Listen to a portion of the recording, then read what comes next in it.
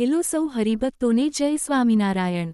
આજે બાજારુ મીડિયા સ્વામિનારાયણ સંપ્રદાયના સંતોના પ્રવચનોના કટકા કરીને ગુજરાતમાં અશાંતિનું વાતાવરણ ઊભું કરે છે। પણ આજે અમે તમને જે મોટા સમાચાર દેખાડીશું એ સમાચારવાળા નહીં દેખાડે। આજે પૈસા અને ટીઆરપીના ચક્કરમાં સમાચારવાળાઓ લોકો, સમાજ અને દેશમાં કેવી અશાંતિ પેદા કરે છે એ દેખાય છે।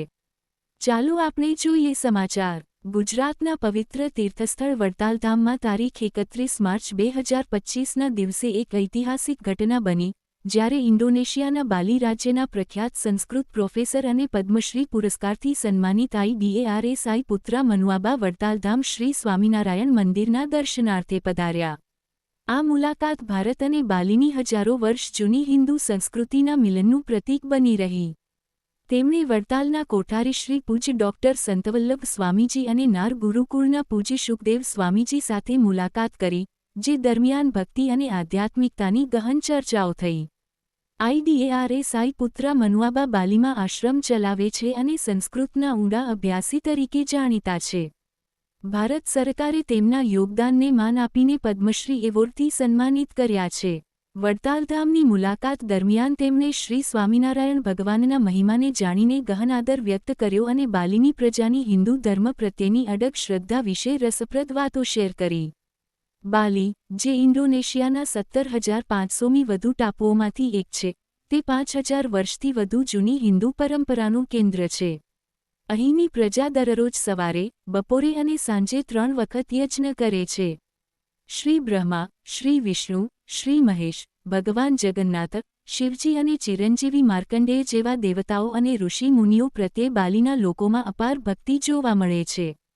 ત્યાંના સપ્ત લોકોના પ્રસિદ્ધ મંદિરો દુનિયાભરના હિન્દુઓ માટે આકર્ષણનું કેન્દ્ર છે।